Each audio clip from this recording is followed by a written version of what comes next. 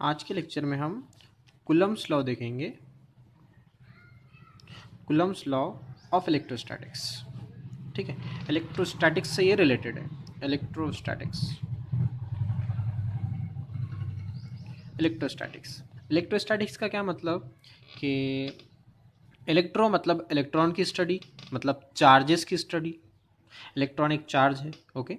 तो चार्जेस की स्टडी और साथ में स्टैटिक दिया हुआ है, स्टैटिक वर्ड, ओके। तो स्टैटिक का मतलब होता है रुका हुआ, थमा हुआ। तो रेस्ट, अगर कोई चार्जेस रेस्ट में है और उनकी अगर हम स्टडी कर रहे हैं तो उसे हम कहते हैं इलेक्ट्रोस्टैटिक्स। ठीक है, तो इस तरह इलेक्ट्रोस्टैटिक्स जो है वो फिज़िक्स की एक ब्रांच है जिसमें हम चार्जेस की स्टडी करते हैं जब वो रेस्ट में होते हैं। ठीक है, इस तरह।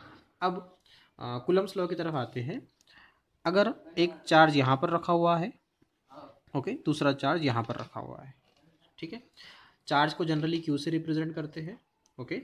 चार्जेस जो है वो दो टाइप के होते हैं, एक होता है पॉजिटिव चार्ज, दूसरा होता है नेगेटिव चार्ज। ठीक है, बेसिकली चार्ज क्या है? चार्ज जो है वो एलिमेंट्री पार्टिकल है। एलिमेंट्री पार्टिकल मतलब जिससे एटम मिलकर बना है। एलिमेंट का एटम का जो है तो वो कॉन्स्टिट्यूएंट है, मतलब एटम का एक वो पार्ट है, एटम जिससे बना है, उसे हम चार्जेस कहते हैं। ओके, चार्जेस जनरली जो है तो आयंस भी हो सकते हैं और एलिमेंट्री पार्टिकल्स भी हो सकते हैं। आयन में और चार्जेस में ये डिफरेंस रहेगा। आयन में और चार्जेस में आपको डिफरेंस बता देता हूँ मैं कि चार्जेस जो है, जैसा मैंने आपको बताया, एलिमेंट्री पार्टिकल है। एलिमेंट्री पार्टिकल मतलब जो किसी भी एटम के कॉन्स्टिट्यूएंट है, मतलब एटम उससे मिलकर बना है, ये किसी से मिलकर नहीं बने हैं, तो उसे हम एलिमेंट्री पार्टिकल कहते हैं। उसके बाद आयन्स जो होते हैं उन पे भी चार्जेस होता है। पॉजिटिव आयन आपने सुना होगा, नेगेटिव आयन। ठीक है, पॉजिटिव आयन, नेगेटिव आयन, इस तरह के दो आयन्स होते हैं। आयन जो होता है वो एटम ही होता है लेकिन उसके ऊपर एक चार्ज आ जाता है, तो उसे हम आयन्स कहते हैं। ठीक है, इस तरह। तो कूलम्ब्स लॉ की तरफ वापस आते हैं। एक चार्ज यहाँ रखा हुआ है, एक चार्ज यहाँ रखा हुआ है। कूलम्ब्स ये बताता है कि ये दो चार्जेस के बीच में फोर्स रहेगा। ये दोनों चार्जेस के बीच में फोर्स रहेगा। कौन सा फोर्स रहेगा? अट्रैक्शन रहेगा कि रिपल्शन रहेगा? तो ये डिपेंड करता है कि ये चार्जेस की पोलैरिटी कैसी है। पोलैरिटी का क्या मतलब? यही बात कि अगर पोलैरिटी पॉजिटिव और नेगेटिव, ये दो पोलैरिटी होती है। ठीक है, इसे हम जनरल कंबाइनली जो है तो पोलैरिटी कह सकते हैं। पोलैरिटी, पोलैरिटी मतलब पॉजिटिव है कि नेगेटिव है।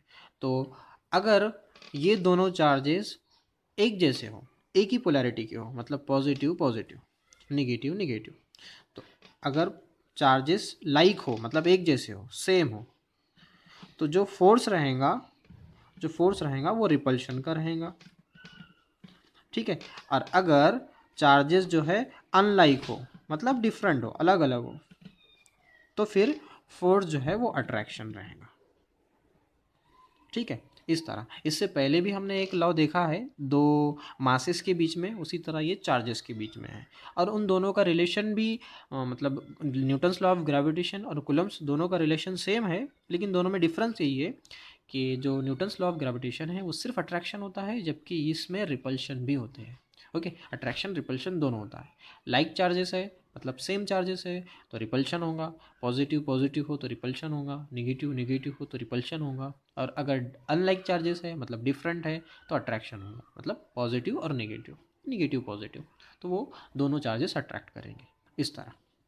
तो हम बात कर रहे थे दो चार्जेस अगर कहीं पर भी रखे हुए हो, किसी भी मीडियम में या फिर वैक्यूम में भी रखे हुए हो, तो ये दो चार्जेस के बीच में फोर्स रहेगा। और फोर्स अट्रैक्शन रहेगा कि रिपल्शन रहेगा, वो डिपेंड करता है उनकी पोलैरिटी पे, मतलब वो पॉजिटिव है कि नेगेटिव है।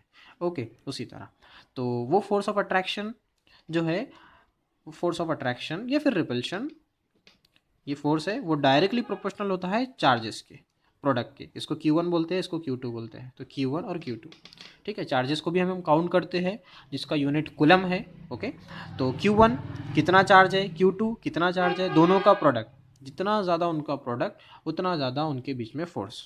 ओके, और उसी तरह ये फोर्स इन्वर्सली प्रोपोर्शनल रहेगा square of distance between them. अगर दोनों के बीच में डिस्टेंस r है, उसका इन्वर्स का स्क्वायर करते हैं तो वो इन्वर्सली प्रोपोर्शनल रहेगा फोर्स, इस फोर्स के। ठीक है, जिस तरह न्यूटन्स लॉ ऑफ ग्रेविटेशन था सेम उसी तरह है, लेकिन यहाँ पर डिफरेंस मैंने आपको बताया, वो मासेस के बीच में था, ये चार्जेस के बीच में है। ओके, तो F is directly proportional to Q1 Q2 और inversely proportional to distance, square of distance between them. फिर दोनों को कंबाइन करो जिस तरह हमने वहाँ पर कंबाइन किया था, तो दोनों को कंबाइन किए Q1 Q2 upon R square.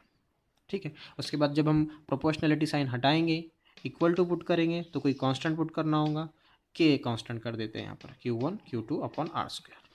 ठीक है, जैसा वहाँ पर कांस्टेंट पुट किए थे हमने जी, जिसकी वैल्यू फिक्स थी, उसी तरह यहाँ पर भी के हमने पुट किया, और ये के की वैल्यू होती है, के की वैल्यू होती है 1/4πε0। इसे एप्सिलॉन पढ़ते हैं इस तरह से, ई की तरह होता है ये सिंबल। ओके, एप्सिलॉन नॉट सी है और उसके बीच में डंडी है और इस तरह से ज़ीरो देते हैं, तो ई ज़ीरो। ठीक है, तो ये है यहाँ पर जो प्रोपोर्शनलिटी कांस्टेंट है वो ये वैल्यू होती है। ठीक है, तो इस तरह हमारे पास फार्मूला क्या आ जाता है, F is equal to 1/4πε0 Q1 Q2 upon R square. ठीक है, इस तरह हमारे पास कूलम्स लॉ बनता है। ठीक है, ये कूलम्स ने दिया, और मैंने जैसा आपको बताया एप्सिलॉन नॉट जो है वो परमिटिविटी कांस्टेंट है फ्री स्पेस का, permittivity constant of free space. Free space मतलब एयर। ठीक है, तो फ्री स्पेस का जो है ये परमिटिविटी कांस्टेंट है। ओके, तो परमिटिविटी कांस्टेंट क्या है, एक तरह का कांस्टेंट है, इसके बारे में हम और बाद में डिटेल में डिस्कस करेंगे। ओके, तो ये परमिटिविटी कांस्टेंट यहाँ पर आता है, और F इज इक्वल टू इस तरह हमको कूलम्स लॉ मिलता है। ओके, तो ये सिमिलर है gravitational, Newton's law of gravitation के, जैसा मैंने आपको बताया, और इस तरह इसका स्टेटमेंट रहेगा कि भाई जब कभी भी दो चार्जेस रखे हुए हो, ओके, जब कभी भी दो चार्जेस है, दो चार्जेस के बीच में फोर्स होगा, फोर्स ऑफ अट्रैक्शन और फोर्स ऑफ रिपल्शन, वो फोर्स जो है डायरेक्टली प्रोपोर्शनल रहेगा प्रोडक्ट ऑफ उनके चार्जेस के, डायरेक्टली प्रोपोर्शनल, और वही फोर्स डिस्टेंस के स्क्वायर का इन्वर्सली प्रोपोर्शनल रहेगा। ओके, इस तरह इसका स्टेटमेंट रहेगा। ठीक है।